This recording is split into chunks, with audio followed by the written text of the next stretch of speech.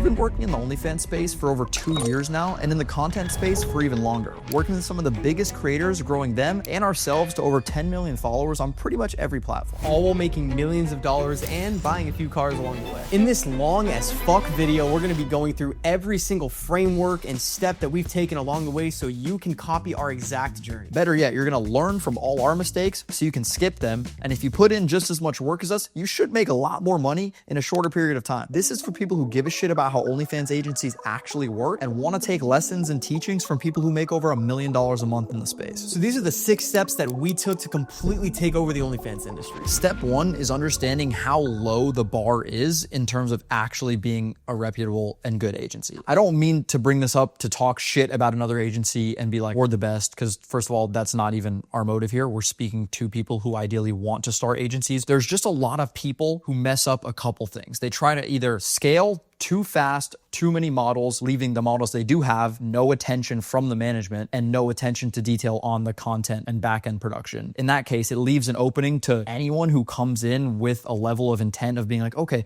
I'm gonna call you once a week. I'm going to check in with you. These are things that we did kind of as a no-brainer when we started. Got a whiteboard. We're gonna film these 5 pieces of content. We're gonna take these 3 photo shoots. We're gonna do this. Starting that way with a content-focused approach led us to be a lot more focused individually on the models, and then led us to build our agency scaling vertically instead of horizontally. The reason we've been able to have so much success is because we've built up individuals really high, and we've relied on the income of this one individual as a massive portion of our agency revenue. Some people may see that as being risky because, oh, if you lose one model, you're going to tank your whole agency. But there's a reason that hasn't happened to us. We have that, attention to detail, the quality in the management, and the actual care. We've mentored dozens of agencies who started from completely ground zero, and they've been able to poach people from A-list top tier agencies because these girls, guys, whatever they may be, they go looking to sign to an agency that might have a good reputation. They might have gone to a cool party. They might have seen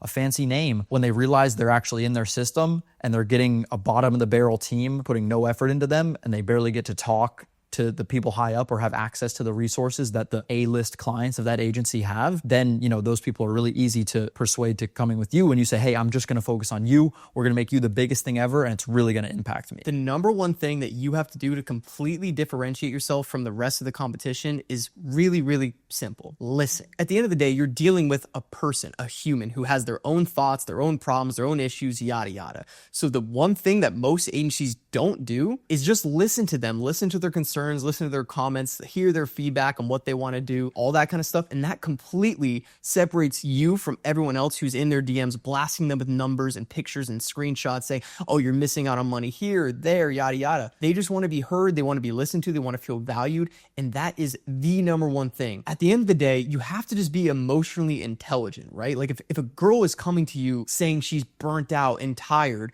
you have to be receptive to that and, find a way to solve that one specific problem, whether that be getting her on a really good, efficient schedule or just telling her exactly what to do, helping her with whatever the issue is. You have to be the one to be able to solve it. Even if it's something as small as, hey, my leaks are really bad on the internet and I just really want these taken down. That is something that is super important to the client, to the model. And if you can solve that, which is a very easy problem, now you just took care of their number one issue, and they're now going to be like, wow, he did this. And all these other agencies, I was complaining for weeks and they weren't doing it, but you got it done in a day or two, because that's realistically all that you need to get that done. The number one job being a manager is solving problems, especially problems before they even come up. Even if it's not the number one business important thing, you don't always have to pitch them, I can increase your revenue. You could then go, if you actually develop the skills, take over their account, increase their revenue. Pushing, the deciding factor that will make them leave their agency for you may be the leaks. It may be her content. It may be that she doesn't like the way her Instagram looks or something that actually doesn't impact the revenue. And, the agency that she was signed with, if they don't have much hair for her or to listen, they'll be like, whatever, dude, you're making $100K a month. Like, what are you talking about leaks? Whatever. Like, we'll just make you more money. And the money doesn't matter if there's a burning thing in this person's mind that's eating them up at night.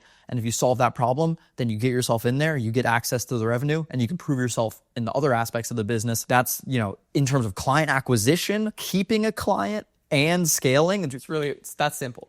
Yeah. Actually, while we're on the topic, respond to one of our own clients who's texting. We actually did exactly what we're telling you about with our very first client, Camilla, that you all know and love. She came to us completely unhappy with her management. They were not simply listening, keyword listening, to her ideas and her content, you know, whatever she wanted to do. And so we just said, sick, let's do it. She was like, really?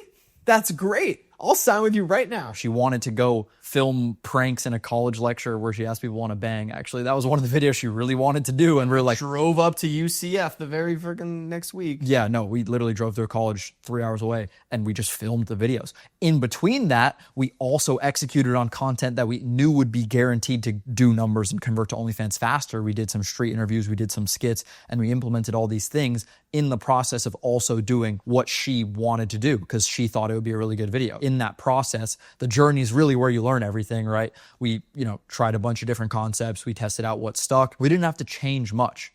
There's plenty of other agencies that were doing similar style content. We had the same systems, a filmer, Cole, both of us who knew how to script write and produce content, especially, for social media, short form stuff, high retention. We had the skill set. We didn't have to change it much. You only have to change something very small bit for it to be unique. You don't have to reinvent the wheel. And this is what we tell everyone. If it ain't broke, don't fix it. Yeah, any format that you need, the skeleton of it exists online. And especially if you're starting this from scratch and you don't, know content as well, like obviously it might sound intimidating. Yes, I already had millions of subscribers on YouTube myself before we started OnlyFans management. But the truth is we just took all the formats that people were already doing in content in general and specifically in OnlyFans, promotional content.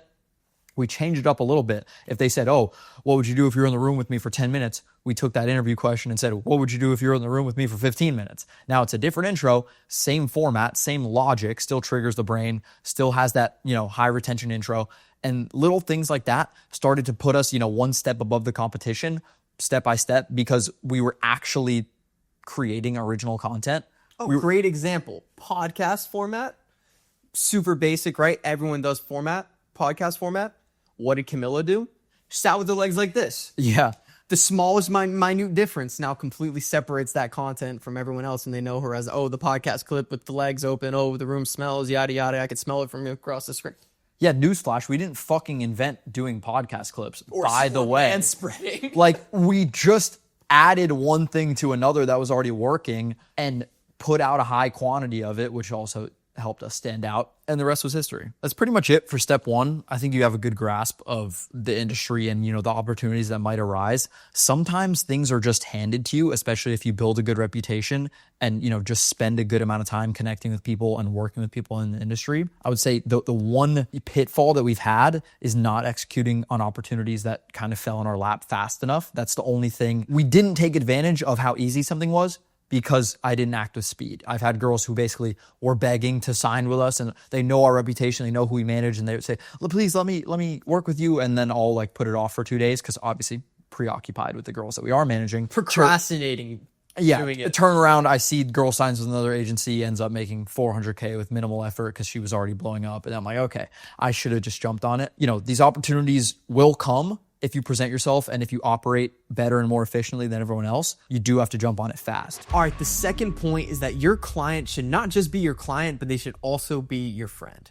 And this is for a couple of reasons. One, because the person you choose to work with can literally make or break your business. And then two, if you want to be successful, you're going to be spending a lot of time and having a lot of conversations with this person. They kind of go hand in hand. The way we operate things is very personal. It's a sensitive business. A lot of things can go wrong. People, lose family and friends over this. They get shit on the internet when they make content. People need a support system. And, you're not only supposed to be the backbone of the financial and the logical side, but you also have to be there to support them and, get them through these problems, because without, a sane mind and a good focus, they don't give a shit about the money or about, the ratio on the account is up. The chatters are killing it. They don't care if the chatters are killing it, if their mom hates them, right? Imagine how many agencies out there lost clients without their knowledge because of just some personal reason, and they just left, and it wasn't because of bad work or anything, but simply because they weren't there to just hear them out and just know and identify the problem and just tell them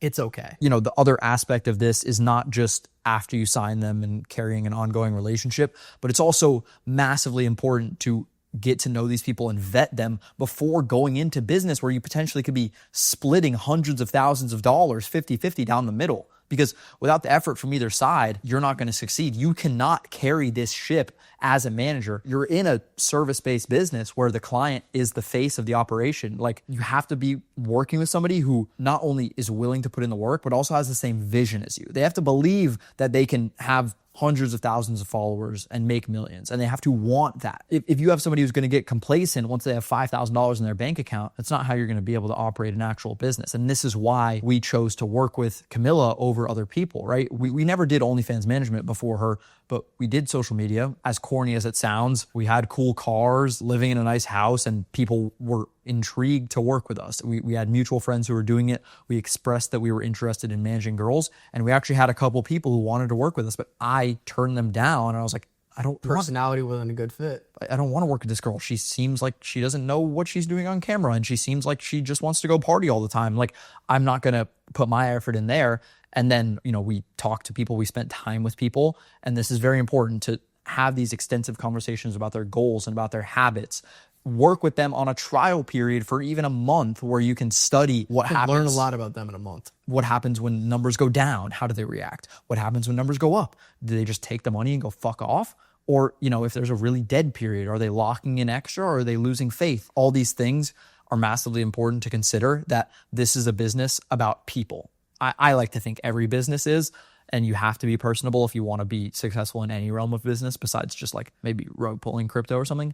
But even then, you got to talk to people. You got to convince them to buy the damn coin. So whatever you want to do, you have to be likable. You have to lead with honesty. And like, if you're going to promise something, actually deliver on it. And this, targets back to step number 1 about, the barrier of entry is low, right? That the barrier is set very low. People are like, yeah, we're going to double your revenue. We're going to be on top of you. Month 2, they text once a week and the revenue goes down. It's like, you just lied about both of the things you said to sign this client. What the fuck do you think is going to happen? We didn't guarantee numbers. We guarantee execution, and we guarantee energy. We say, we're going to put this amount of videos out, whether they're good, whether they're rushed, whether they're shit, whether they're fucking amazing. We're going to have this level of output guaranteed. We promise that, but I'm not the one in the video. The person you're working with has to be also, yes, I will film 4 videos a day every day. And film the content that you want them to film. That's, if they don't want to do that, your business will simply crumble. You always have one leg up when it comes to loyalty, when you build a friendship and a relationship, right? Like,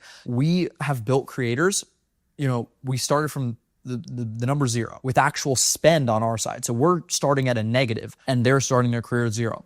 And then say we're agreeing to split it 50-50. Now this creator makes $600,000 a month. She actually could go to another agency that will sign her for 20% and continue to post the social media strategies that we taught her. And she could make way more money. She could reclaim 30% of her money and then go stabilize with this agency. But the people that we work with would never do that because we've built a relationship with them. Not only are we friends, but they trust us and we trust them, that if she needs to go home and not work for a week, I can maintain that Instagram. There's going to be 4 posts a day. There's going to be traffic to OF. There's going to be no problems. It's that level of trust. And then also just the loyalty built up when you have a friendship. You spend every day together for months on end. We do trips together. We do, And they know how much work we simply put in. And they know that they could do it on their own, but they don't want to. You have to make it very clear the work that you're doing. But, that's besides the point for, step number 2, because it's more important about vetting who you're going to be, working with in business for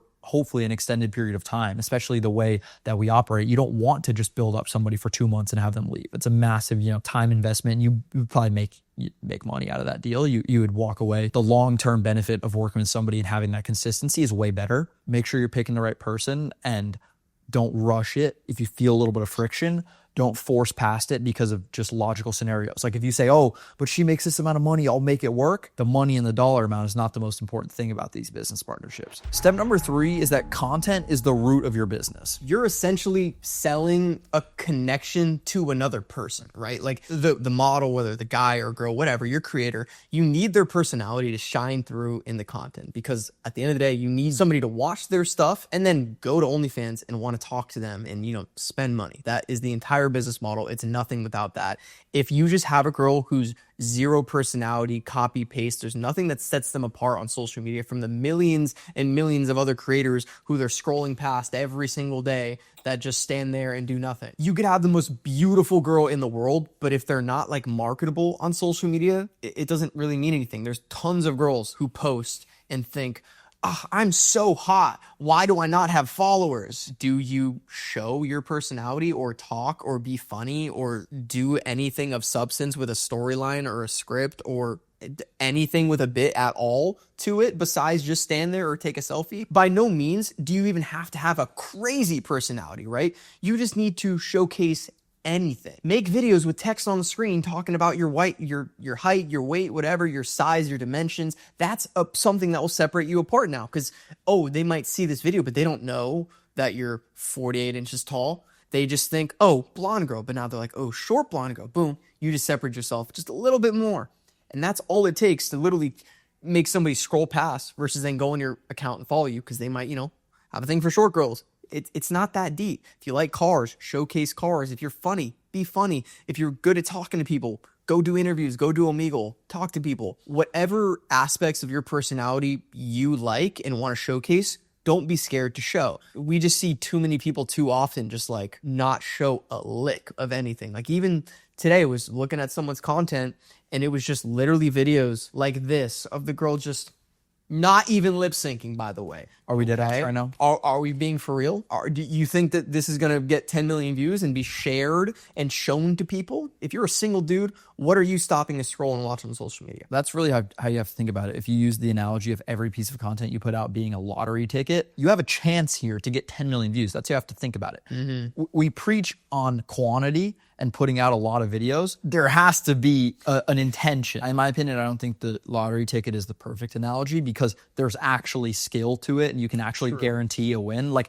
the lottery ticket thing is basically meaning put out as much as you can and one of them will go mega viral eventually. But thinking about not reinventing the wheel, as we talked about earlier in the video, right? You go to a creator and then if the biggest creators in the industry, not even OnlyFans, look at influencers, normal girls, guys. We've taken videos from Mr. Beast. Why? Because he's the most popular content creator. Obviously, he has a good format. He's not going to post something if it hasn't been studied and the retention fucking analyzed down to the millisecond. Take his video. You study the top 10 people in the industry. Content, YouTuber, TikToker, whatever it may be, OnlyFans or not OnlyFans. They're not posting a video of them doing a fucking Musical.ly trend from 2015 where they don't even open their lips. Are we dead ass right now? Obviously, right now we're talking a lot about, having good quality to your content and really, having thought behind it. But at the end of the day, you still need a high amount of volume. And that's why it's super important to have a system where you can easily replicate and repeat and constantly, pump out the high quality content. Yeah, I think one of the things that we're known for now is growing everything off organic content. Millions of dollars made on OnlyFans without a single dollar being spent on advertising or paying somebody to promote anything. The key behind that is actually consistently putting out something that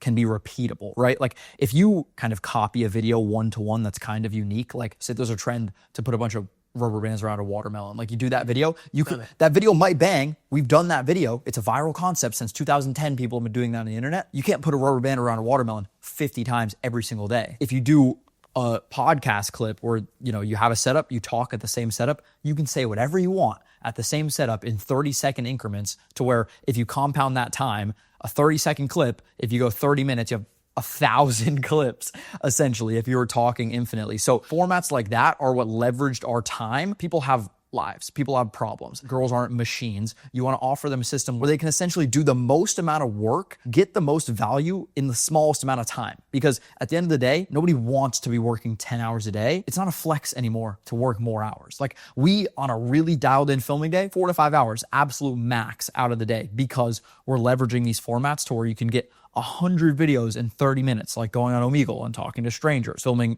text-to-speech videos where there's a voice behind the camera, pre-recorded, there's 20 lines, the girl replies to those 20 lines. And then girls getting into this to work more than they would in a 9-to-5 shift. Yeah, even if they're making infinitely more money, they're always not going to want it to feel like the work. They're not going to want to clock in. They're not going to want to have grueling long hours. So the way we've been able to do this is studying formats that are easily repeatable. Even now, a more modern day version, what we've discovered is doing, TikTok sounds we found that TikTok sounds that were previously viral on TikTok get a lot of views on Instagram, even though, the sound isn't trending anymore. So we've leveraged that. We've gone back all the way to 2020, peeled every viral TikTok sound, and then found a way to, put captions and, viral remarks like that reference back to OnlyFans on top of those, post them again. So now this girl's done one video that literally took 5 to 8 seconds to film, and it's generated hundreds of thousands of views with different captions, meaning that you could even target a different audience, right? Like if a girl, there's this TikTok sound, right? And it's like, ooh, I like that. Like that's the TikTok sound. You could put a caption that says, me when I see DILF, me when I see A gamer. a freaking athlete, whatever. Day Now, trader. I literally dropped day trader in a video. like you're targeting entirely different demographics with the exact same sound that this girl filmed 3 months ago, and now she's away on vacation, and this just generated you 200,000 views, which led to 20 high-paying OnlyFans subscribers, $20,000. Like when you break it down like that, the actual value of individual pieces of content is almost infinite. And it's kind of insane. And this is a lot of people's resistance when we talk about, we've been putting out 4 videos a day minimum on every girl's account for 3 years. They're like, oh, well, how do I come up with 4 new videos a day? It's like, you're not reinventing and rewriting a 20-minute long Mr. Beast video. You may be posting 4 videos that have all been posted already to 1 month and 2 months and 3 months back. And then a new day when it's fresh off the dome and you just filmed yesterday, you're probably posting 4 brand new pieces of content. And it's also important to mix it in, right? A podcast clip and then a street interview and then a TikTok and then like a thirst trap, just cinematic showing off the girl's body. Like you mix in all those content formats. It doesn't seem like you're spamming anything on the page. It makes it very clean. And it also gives them a diverse look at the girl's personality. Cause I can't emphasize this enough, right? The way that you're going to get ahead in this business, the one thing, if you're going to listen to one thing, as much as it sounds contradictory, this business is not about looks. It's not about lust. It's about connection. It's kind of sad, but people want to connect with these creators they see online, and that's the experience that you're selling. So if you make somebody like a girl, you can leverage personality, jokes, humor, your own interests. Like we've, entirely fabricated a girl to talk about how she thinks, her crypto investments are going to go up and that's going to change her life. And that led to her having a massive fan base of crypto nerds who are now trying to talk to her on OnlyFans about crypto. And then obviously they end up getting sold other content. But this girl doesn't know anything about crypto. We just knew something about it. XRP was trending. We make a clip about XRP and then we have a viral bit out of it. And that added a pillar of context to her career that, wouldn't have been there if she was just mouth shut dancing. Oh, well, my girl doesn't talk well on camera, blah, blah, blah. We just talked for 10 minutes about how you have to vet the person, make sure they're a good fit, and make sure that they can adapt and scale with you long term. So, all these pillars really come together. And if you had to, if you were thinking about signing a new girl or, assessing the people you do have, everything in this video is a great thing to reference back to. All right, point number 4. We already talked a lot about, building a brand and a personality behind the creator to just connect with the audience as a whole. But there's another big part that we need to cover, and that's building a storyline. Because once you have a storyline, you now have context that you can go off of for, in theory, months. Previously in the video, I said one viral video can create a pillar of context for somebody's career. And what I mean by that is essentially what separates an everyday, creator, even not in the OnlyFans space, an influencer who, maybe has like 50, 60K followers and like it's a brand deal here and there, or an OnlyFans creator who has, 50 to 100K followers, probably makes 10 to 20K a month, normal creator, nothing special to them. What separates them from somebody like who we manage and we've built, or some of these other massive big creators, is context, right? They've had spikes or periods in their career where they go viral and it never goes away, right? When Camilla first started, she interviewed her brother. Interview with her brother went viral. And then everyone, when they see her face next, they're scrolling. They don't just see a random girl. Say it's a completely different content format, right? It's like her on a podcast. Don't think of current day. Think of random girl on a podcast. That random girl's Camilla, right? These videos were getting a little bit of views. She goes viral for doing an interview with her brother. And then you see that same face and it goes, oh, that's that girl who interviewed her brother. I'm going to listen to this video now. She goes viral again with the brother on the podcast. Now that's that girl from the podcast with that brother. So they see the girl, being Camilla in this case. Now they see her doing a TikTok. She starts TikTok. They're like, she's just doing a dance, right? She's just following a normal trend. People scroll and they say, oh, I saw that girl go viral. I'm going to type fucking, how does your brother feel about this? And then that one was kind of a one-off thing. Like an individual video was a very high performer. But there's another way to do this, and that's essentially just shoving it down people's throats, what you want them to think, right? And what I mean by this is, for example, we did this with Camilla as well. She would just say it's pink in every video. If she got interviewed, if she's on a podcast, if she's just talking to the phone, she's talking about something, it's pink. Oh, why is your car pink? Because it matches the interior. How do you make all that money? Because it's pink. Like, you just throw in this, which happens to be a sexual innuendo referencing, something people would want to see on OnlyFans. It kills two birds, one stone. It gives context where they see her face. Oh, that's a girl that's always saying it's pink. With Julia, it just so happened to become a theme naturally. And this is important too. You don't have to pull this out of your ass. When we've tried to just create these contexts and these variables for no reason, they haven't really stuck. We've tried to make a girl an anime girl. We made her dye her hair blue. No, we didn't. We didn't make anyone do anything. We influenced her slightly to dye her hair blue and commit to this bit. Since you dye her hair a color, she chose blue. That didn't work. That's the moral of the story. Look like the Ice Prince from what's that show called with the guy? I don't fucking know what you're talking about. The one on Cartoon Network with the dog. Adventures of Finn. What is his name? Adventure Time. Adventure Time. Look like the Ice Prince. Okay. We've had girls do ASMR content. The same girl that dyed her hair. And when you try, it doesn't work. It came off as forced. But what I was leading into, Julia, girl that we signed, happens to look young. People all spam her comments about how she looks like a 12-year-old. So I start making a bunch of videos, like replying to comments, being like, I look 12. She's like, I'm not fucking 12. I'm 23. I'm older than Camilla, for example. And then she makes a video like that. We keep spamming those videos because people know her. They're like, oh, that's that girl that looks young, that blonde girl that looks young. So, there's two ways it can come about, right? Obviously, some of them, we didn't know Camilla's brother in that interview. We thought it was a good video. We scripted it out, but we didn't know it was going to get 50 million views across, random Twitter accounts that reposted it. So there was a little bit of an, element of uncertainty. And then some of them were like, yeah, if we're saying it's pink in every video, I would hope by now somebody realizes that it's pink. There's two ways to go about it. Like you said, you can have something that you actually think it through and you shove it down people's throats and you create a storyline. You really build up character and context, like Julia being her assistant and all that whole storyline. That's one thing. But I've actually had a whole other, way to go about it where like a creator like Andy, for example, she's had a couple mega viral things happen. Tits on Google, Audi R8s, you look like Sam Frank, BMW, Drift, Me or the Car. Like that's now like 4 essentially like storylines that I was able to go off of for months, even to this current day, that happened kind of on accident. Like the same thing with the brother, right? I made a video saying aren't your tits on Google, knowing it was a funny banging video. I didn't know it was going to go ballistic, in that every time I said that in any format, the video would just go mega viral. Same thing with my car, right? She made videos with me interviewing my car, or interviewing me about my car, and then next thing you know, BMW fan pages are reposting this all over the internet. 954 BMW, the legit South Florida BMW page, posted on their main feed. A whole different community, not OnlyFans related at all, that is now watching this video, seeing her face, and the next time it pops up,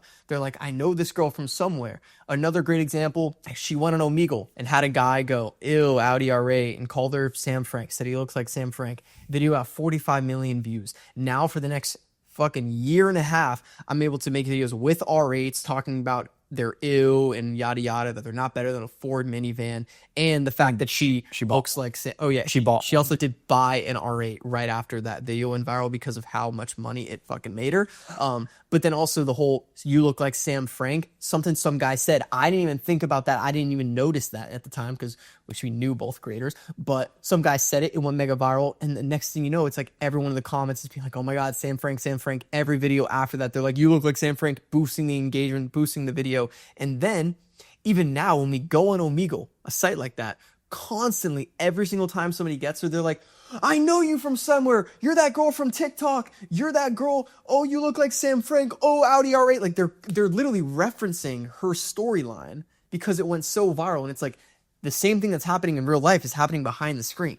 Like when they're watching those reels, they're having the same mental moment that they would if they, saw her IRL on Omegle. So it goes to show just how powerful it is to just have a super like memorable line or image or whatever it might be about a creator, because you then have just infinite context to go off of. You can spin it whatever way you want till that thing just dies essentially. You can run it to the ground, a storyline, until people just really don't give a shit. But honestly, I don't even know if we've had a storyline completely get out on us. Yeah, people still comment about random thing that happened 2 years ago. Camilla, when I still meet people day to day and they'll just talking about our job, I say, oh yeah, we manage Camilla. They go, oh, who's that? I go, the one who uses her brother to promote her OnlyFans. They go, oh, that one. It's like, we don't even make videos about that anymore. Yeah, like there's so many other things. Still know it. And now it's just like people know her just like Camilla from TikTok. Yeah, true. Well, no, the ones who aren't chronically online still remember when they like saw it on a Facebook ad. So, those things stick with you and it makes your job a lot easier going forward. So if you're intentionally creating content with the,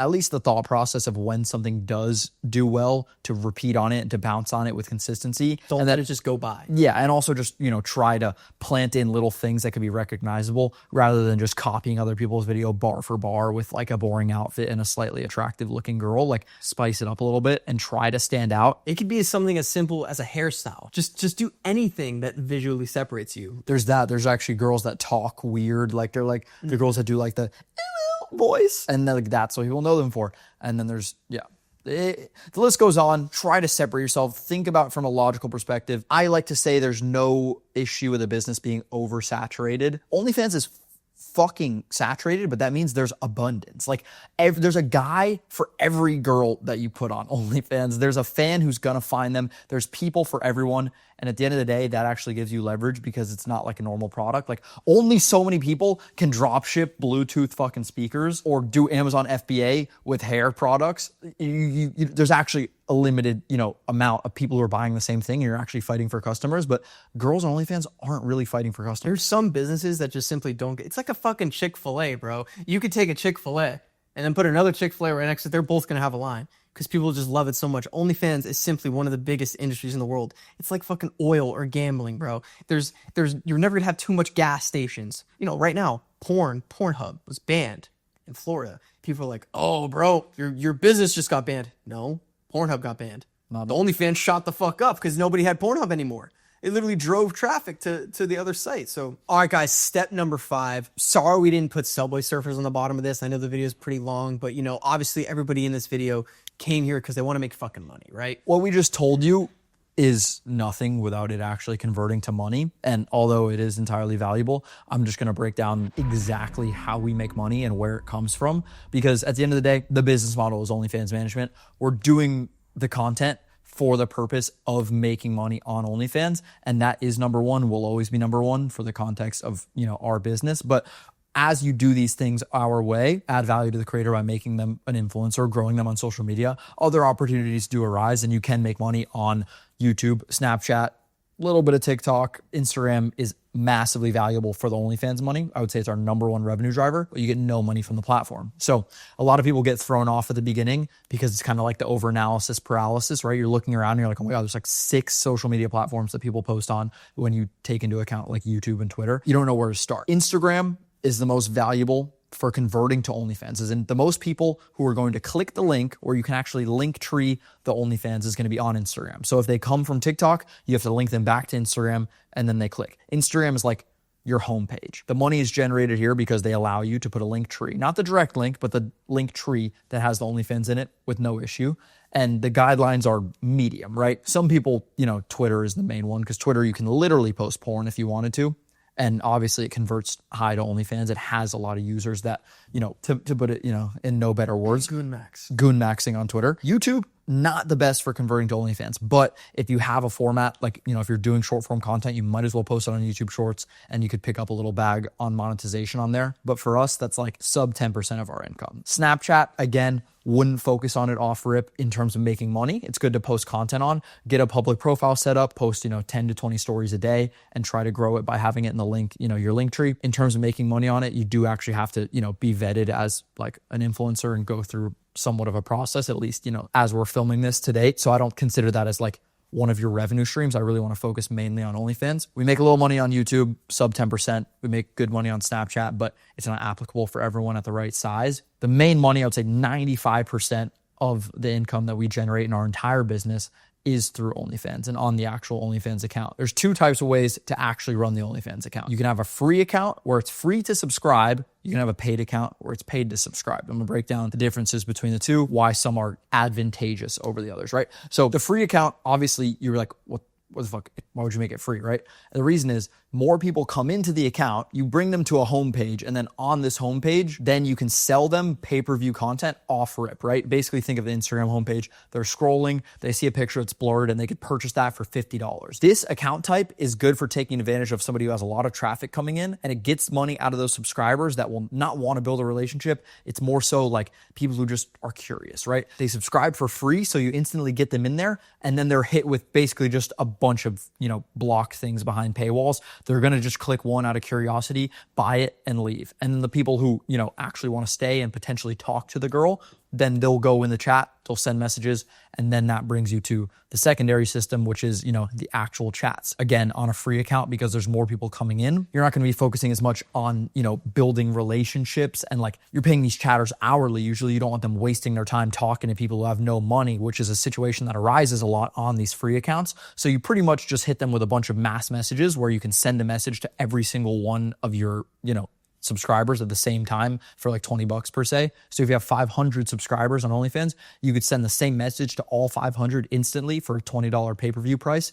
And that is a massive part of revenue on free and paid accounts. But I would say the advantages of a free are you get more people in the door, you probably get more people to buy shit faster, but they don't last as long, meaning you have to keep up the traffic and you have to keep getting new people in there ASAP, or else, the revenue kind of dies. The paid page is like an instant validation that a fan will spend money. The subscription price is nothing massive. It usually, strategically you put it at like $10 to $15, but then discount it like 60%. So it seems like a big, benefit. So they end up getting in for $4 or $5. It's not much, but it just validates that this person has a functional credit card and they do in fact have a bank account. A credit card, bank account, and they are willing to spend money to access content. It takes a little bit of the guesswork away from a chatter's end to go in and text these people and actually kind of start the process of selling them a script and selling them content and sending higher value pay-per-view messages. We personally have a mix of both just based on the creators. Like some creators who aren't heavy on promoting OnlyFans, like every single day screaming OnlyFans, we do a paid account because people who come on there,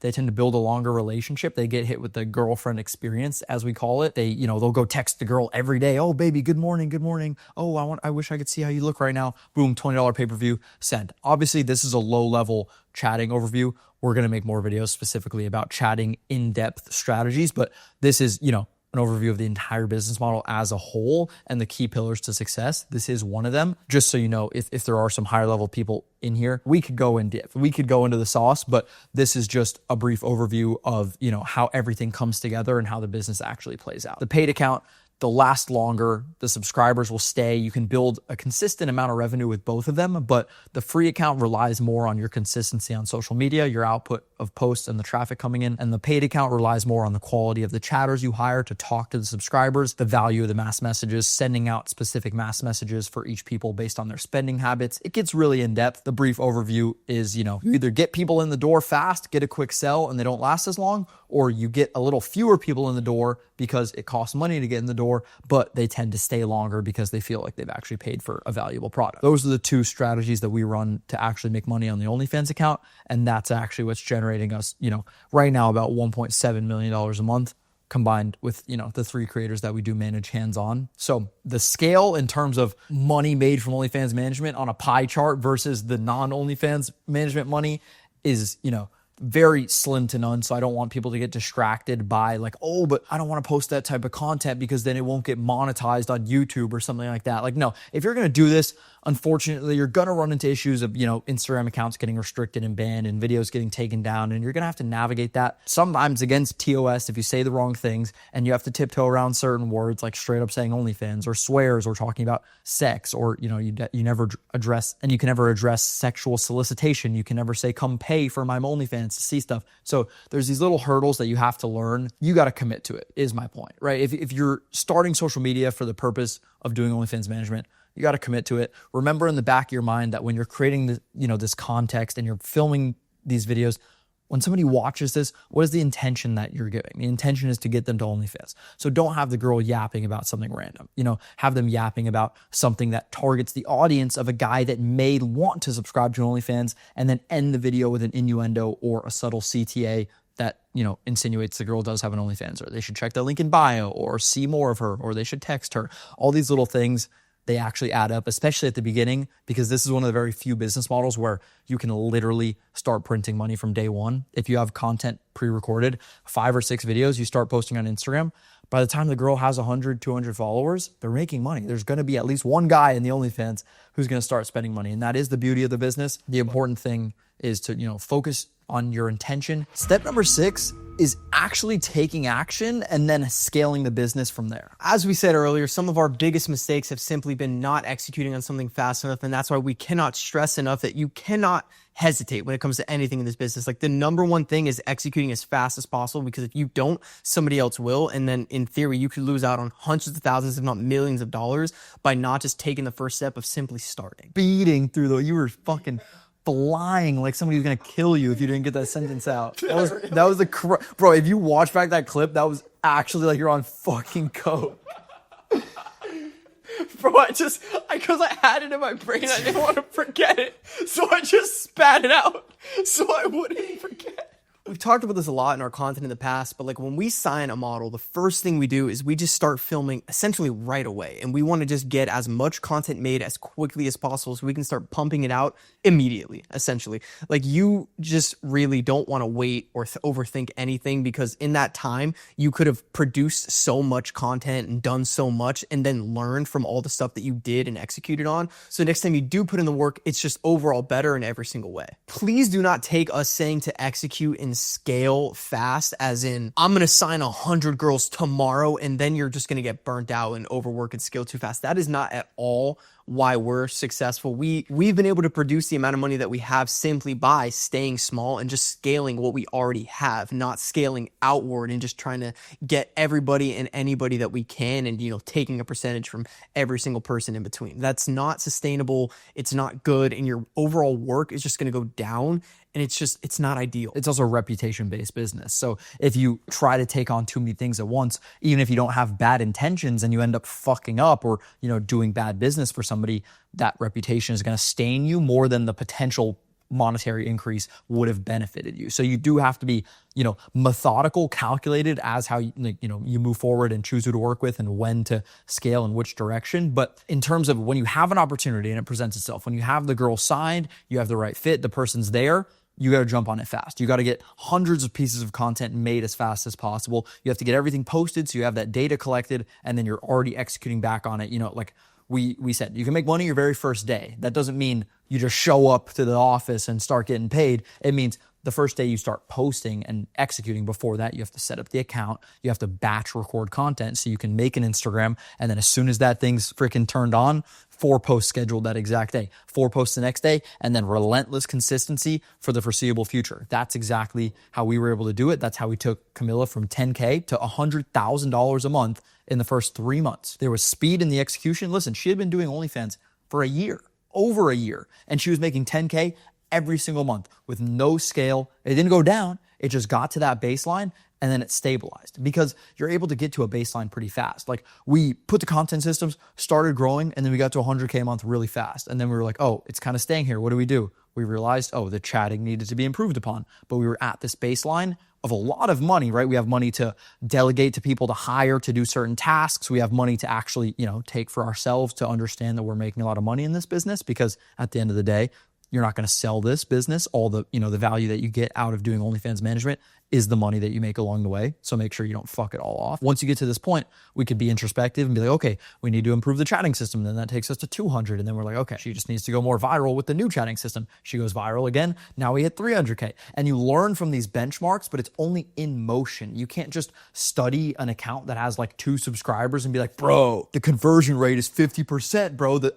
1 person out of the 2 subs spent money. No, like, data favors numbers, and a lot of them. So you have to move forward and get real data with real numbers. Like, you have to grow and see, okay, as I'm growing, this content's doing shit. This one got us a lot of subs. How did those subs spend money? Why did they spend money? And you can improve these all over time. And, the one thing I can emphasize, we haven't fucked up a lot in this business, but we did fuck up by, taking too long to execute on an opportunity that presented itself. And if we can give you one piece of advice, it would definitely be to not, slack. If something seems right, if it's a good fit, see it through, if all the boxes are checked, and try to execute on it fast. Because please don't get hung up on small little tiny things like naming an Instagram. You should not spend more than 15 seconds coming up with a name. Do not put it off for the next day, because next thing you know, it's a week and you're like, I didn't know what to name it, so I just didn't make the account. You know what you could have done in that time? Yeah, no overanalyzing. Just keep your body moving, keep your mind moving. Start getting posting as soon as possible. The high leverage things are getting content out, content ideas, making sure the OnlyFans is being ran properly, not usernames and background colors and captions and hashtags and proxies and VPNs and buying a second phone and moving to the mainland to get better reception. Just post a damn video. Listen, we've given a lot of sauce in this video, but to be honest, it's actually barely scratching the surface of the information we actually know. Like I said, with the chatting and a lot of this, it's very low level. But if you made it this far, clearly you're interested in actually making this business work. So if you want us to give you every single secret and hold your hand every single step of the way, click the link below to see if you're a good fit to join our OFM inner circle. And if you're worried at all, once you book a call, we'll show you everything you get access to, from the call schedules to the modules, the support systems, and the resources you get on the inside. So you're not just going in blind and, paying for something you don't know. So we hope to see you inside. There's a lot of value, but if not, thanks for watching. Peace.